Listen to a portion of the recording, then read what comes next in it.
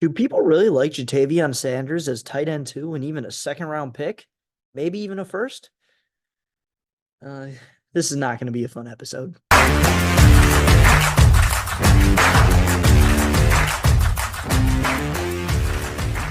What is going on, guys? Welcome back to the locker room. We are back today with our tight end rankings as we just wrapped up our receivers. Before that, we did running backs, and before that, we did quarterbacks. So if you have not watched those videos, make sure you go and watch that as we are now at the tight end rankings. But before we hop into that, it is currently free agency time going around the NFL. A lot of news has been going on. So I'm going to break down some of it, some interesting things going on with the Eagles and Falcons, but just let me know if you guys want a full free agency breakdown. I will make that episode. So just let me know in the comments, or if you just want to know my certain thoughts on certain players, you can put that down in the comments or go over to TikTok and comment what you think my thoughts are on the free agency signings over there. So if you want to know about that, we're going to get into a couple things here, but anything, leave it down below and I will get back to you. So starting off that what's it called? The Falcons and the Eagles are getting investigated for tampering, which I'm not that bad. I don't really care because it's like the big thing is they could lose picks. That's the biggest thing. They can lose draft picks. So that's going to be a huge issue. But it's like we all know every team does it. We all know everything. Every team is in communications with them. So if one team is punished, shouldn't the other teams be punished? Maybe if they're going to a certain extent, that's a different issue. So we'll have to see the more that this stuff comes out, how it really unfolds to see the real punishment that should be given to the Eagles and Falcons. If it did happen, if it didn't, I don't even know what we're talking about. I feel like every team in the NFL does the tampering. So I don't really know what we're talking about. But if it is like a more serious issue to where draft picks are going to be taken, it's going to be a very interesting situation to see how that plays out in Atlanta and in Philadelphia. So yeah, that is my thoughts on the tampering situation. Now we're going to move over to just some of the bigger free agents that were signed is offense side of the ball. Kirk Cousins, huge contract going to Atlanta as that was part of the tampering thing. But Kirk Cousins in Atlanta, I think that really puts Atlanta possibly over that hill to win that for sure to win the division. But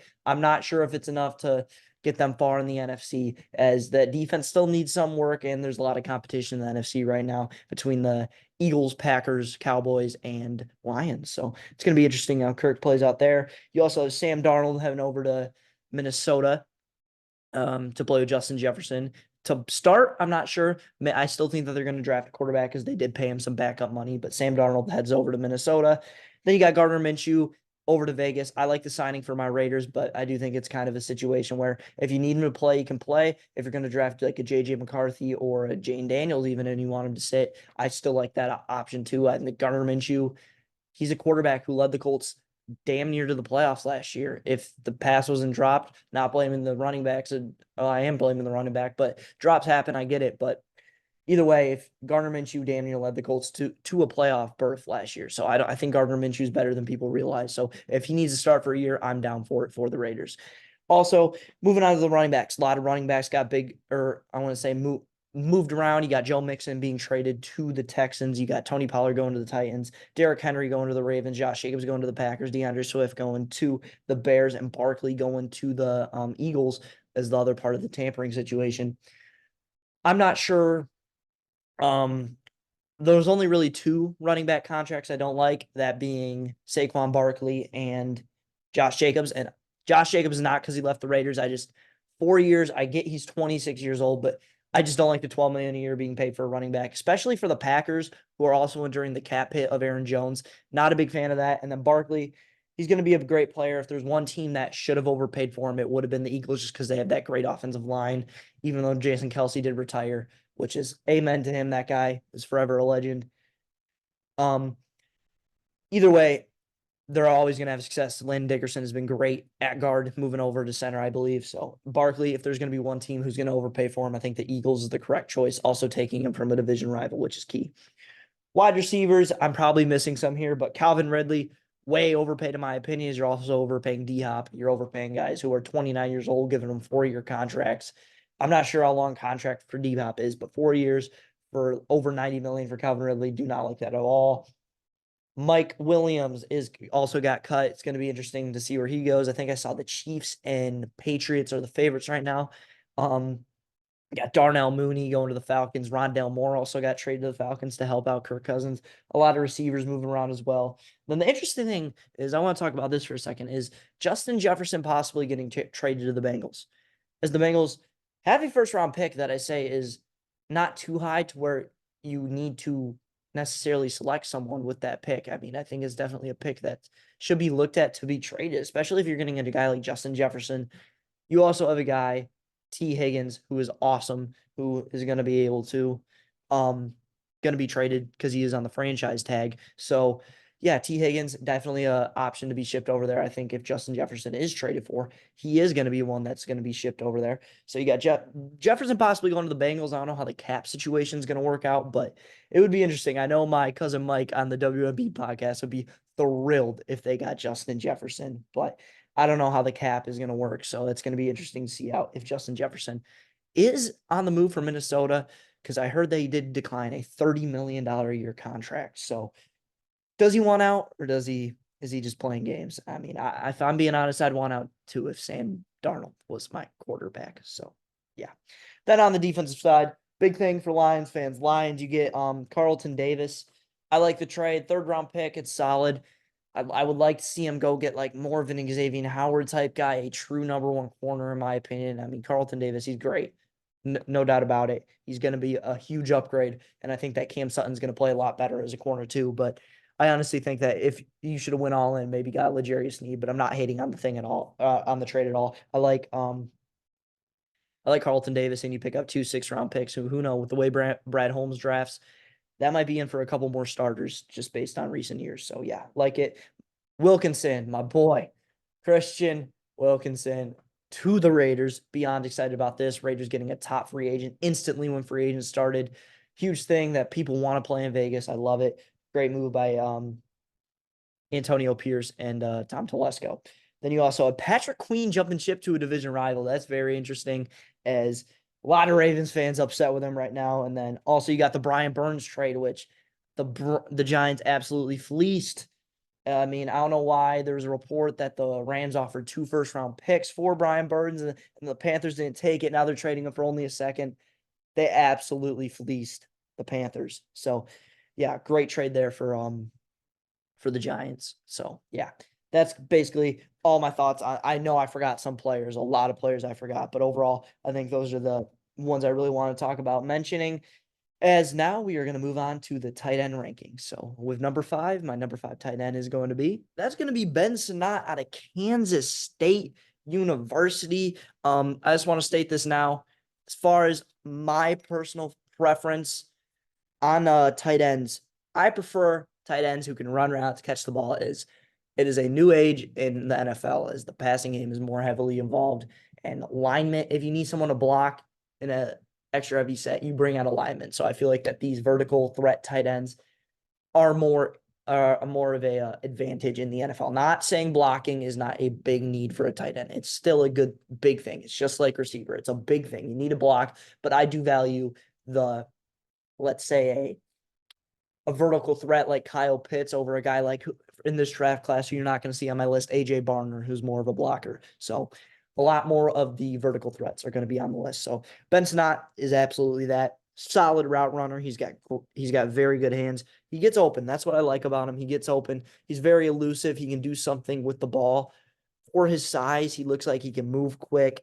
He's going to go up and get the ball. He's one of those guys who's a true go up and get the ball, maybe do a little bit after the catch as far as being elusive. Tight end. He's one of those guys. And as like I said, that's like the guys I like. So the negatives with him is his blocking is really, really bad. There's a lot of plays where, especially on whiffs, it looks like he's just going for a kill shot. Every time he's trying to block, he looks like he's going for a kill shot, and then he ends up whiffing, which is not great. And then there's times where he'll engage well. He'll go for the kill shot, and let's say he hits him, but then his legs stop. He'll stop moving his legs. He gets no drive. He gets stood up, and the entire block is just a stalemate. And it doesn't progress everywhere. It can blow up the play, similar to his whiffs. They blow up plays, and you just can't have that as far as blocking in the NFL. So if you're going to play this guy, he's going to have to definitely be maybe a slot, more of a Sam Laporta type role, can maybe do a crackdown block if you need him to, but he's not going to be the type of guy who is going to full on get you a block, drive a guy downfield. He's just not that. And then my other negative is, when he gets the ball, he's very good as far as hash mark to hash mark, but north south, he's not the greatest runner. He tries to do a lot of north south running, and it just doesn't result in anything because it's again with the leg drive, he'll try to run someone over, and it's a similar to Marshawn Lloyd out of UFC, the running back, and he'll bounce off the tackle, but he'll bounce backwards and he won't go anywhere. So the tackle is basically made because by the time he's running again, he's in the same back to where he was and he's tackled. So overall, kind of the same issue as Marshawn Lloyd, but overall, he's a good vertical threat, just not the type of blocker you want. But I have him as the 3rd-round grade. I think he can be a solid pass catcher in the NFL. Now coming in at number 4, get your pitchforks ready. I got Ja'Tavion Sanders. I know. You guys are like, what? This guy's wrong. He's stupid. Let me explain myself. I don't know what it was when I watched this guy, as if I was expecting too much expectations, all the hype, all this stuff where I just expected to see a stud 1st-round pick on the field, and I got a 3rd-round grade on Ja'Tavion Sanders, guys, and that might be a little generous. But to me, I'll start with the positives because I'll start with the positives. Ja'Tavion Sanders, I think he's got really good hands. He's able to catch the ball in many different areas if it's behind him, high, low. He's got hands. He's going to be able to adjust to the ball, and he catches the ball very fluidly. It's very natural for him to catch the ball. I really didn't see any drop issues there. But then he's also a solid blocker for his size. I mean, he's not the best, much better than Ben Sinnott, which might be the reason I put him a bit higher, or a lot higher, I should say. But he's very solid blocker, engages well, can move him a couple yards downfield, but he will occasionally have the missed block and maybe just a stalemate. But overall, a solid blocker for his size. And then I think he's got good route running. He gets open for his size. I think he's very solid at that. He creates a nice bit of separation to where you can throw the ball, and he's big enough to come down with it, and you can fit in windows to where you can trust him. So I think he can get open well. And then the biggest thing that I have with Ja'Tavion Sanders is, how tall is this guy? Let me see. He is a big man. The guy is 6'4", 243. Okay, he's not the biggest, I should say. Not the biggest tight end, but you're 6'4", 243. You're fast, you have good speed, you're very elusive, but you're still 6'4", 243. And this guy is just not a physical football player, and I don't get it. Even with his blocks, I just said he had good block. He was blocking really well. But if he was physical, he would have a lot better blocks. He would be able to drive people downfield. He is just not a physical football player when I see him on the field. I don't get it. When he catches the ball, if he gets hit, he falls almost immediately. I don't get. He's very good with speed, but he gets hit. He won't run people over, which is a big thing. That's another thing that Ben Sinnott at least attempted to do, which he shouldn't have. But Ja'Tavion Sanders, I feel if he puts on a couple pounds, he'll be able to run people over. But he's just not physical. He's not. Also, as far as his with the ball in his hand, even without being physical, I don't think he's great. He basically just runs straight. Runs upfield, doesn't attempt to make a hard cut, he doesn't attempt to juke, he doesn't attempt to spin, he doesn't attempt to truck. It's just like he's running straight. My comp to him when he's running is he reminds me exactly of Darren Waller. He's going to catch the ball, but he's not going to make a move. He's not going to run anyone over. He's not going to make a juke. He's going to catch the ball, and as soon as a defender gets on his hip, he's going to go down.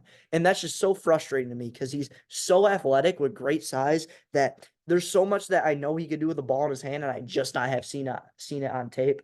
I don't know if it's effort issues or what it is, but Ja'Tavion Sanders, when I watched him, I was very disappointed, and unfortunately, this is why I got to have him at number 4. Coming in at number 3 is also going to be a guy who's a bit frustrating, not as much as Ja'Tavion Sanders, but it's going to be Jaheim Bell. As I said, like the quick pass-catching tight ends, and this guy is all that. Little bit undersized, but very quick. He's agile. He can make moves, I would as far as in his route running, he's fast for his size. Runs, the one thing I do like about him is, as far as his route running, I think he's up there as far as the top 2 in the class.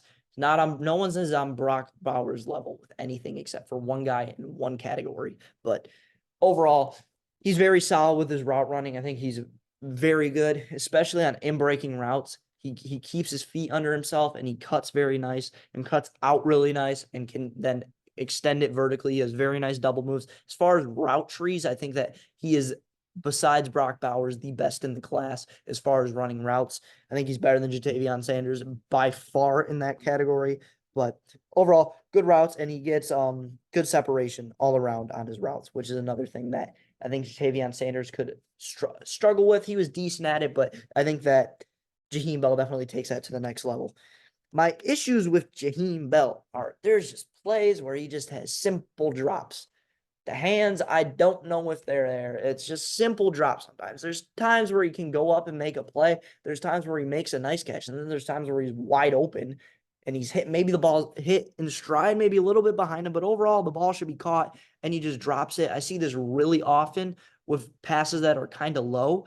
And I don't know what it is, if he's just uncomfortable putting his hands in that position or if he just doesn't know what position to put his hands as far as anytime catching the ball. But it's just these simple drops that just need to be fixed for Jaheim Bell, and I'll have no issues with him.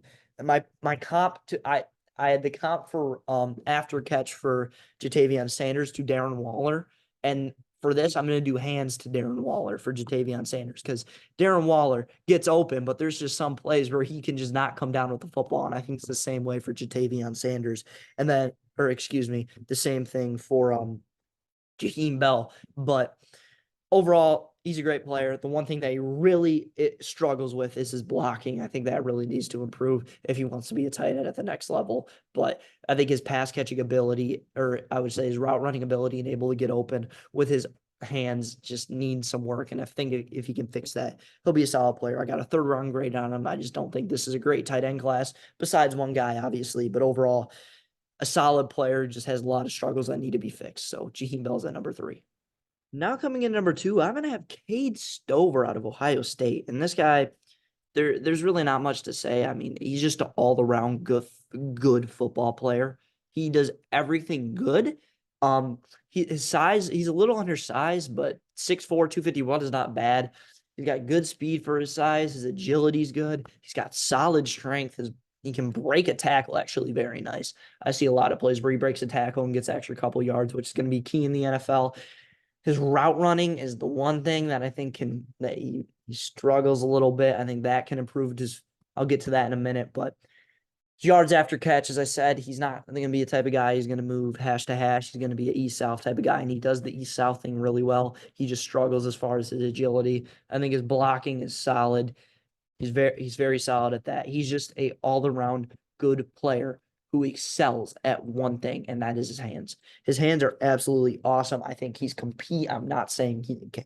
This is where my words get twisted. I'm not saying he is better than Brock Bowers as far as catching the ball. I'm saying he is almost in that category to where you can have that conversation. His hands are pretty good. They're that good. He catches almost everything that is thrown his way, and I think that he is miles better than the guys below him as far as his hands. So Cade Stover's great hands. That's the one thing that he excels at.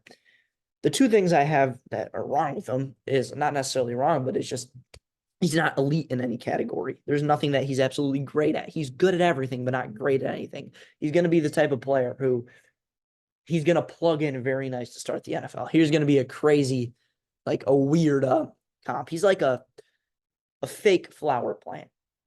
It's going to do the job, and it's going to look well. It's going to do everything well with no chance of dying. But then you have the real plant, like a guy like Jaheim Bell or Ja'Tavion Sanders, who has the chance of dying. But if it works out, it will look a lot better than the fake plant, if that makes sense. So you have that. He's going to be that guy. He's going to plug in very nice to the NFL. His hands are great. But the thing that I want to see better, as I said, is the route running, and that the thing with the route running is be able to create separation.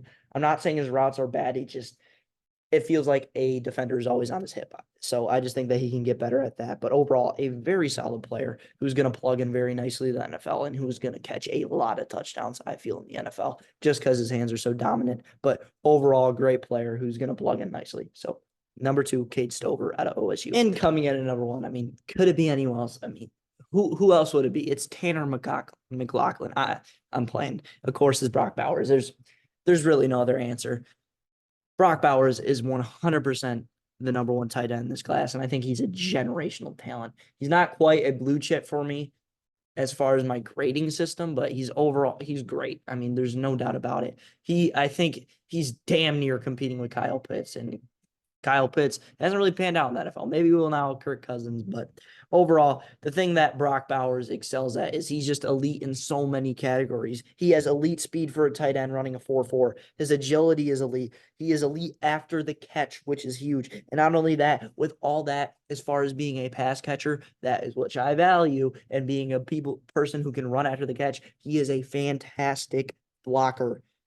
And he is run. There's so much good to say about Brock Bowers. The only two things that I can knock him out, or not big things at all, is he's a little undersized, but makes up for it for his on-field play, and then just like to see a tiny bit more separation. It's not like Cade Stover where someone's always on his hip, but tiny bit more separation, and I think he is going to be elite talent in the league. So I'm going to be very excited to see how Brock Bowers performs in his rookie year and throughout his NFL career. But there was no doubt in my mind that even when I was going into the film, I had high expectations for this guy, and he absolutely blew me away still. So Brock Bowers, number one tight end in the 2024 NFL draft class. With that being said, that is going to wrap up my 2024 NFL tight end rankings. I want to thank you guys for listening. If you can, make sure you like, subscribe, do all that nonsense, and make sure you go check out our previous videos, which is going to be the wide receiver, running back, and quarterback rankings. Next week, I will have the offensive lineman coming out before we move on to the defensive side of the ball. And make sure that if you comment down below, any thoughts on the video. If you want to see a free agency video, make sure you let me know. If you want to see any free agency thoughts of a certain signing that I have, that's just a quick question, make sure you drop that down below. But overall, that's going to do it for the episode. I hope you guys enjoy. Make sure you like, subscribe, do everything, and I'll see you guys next time.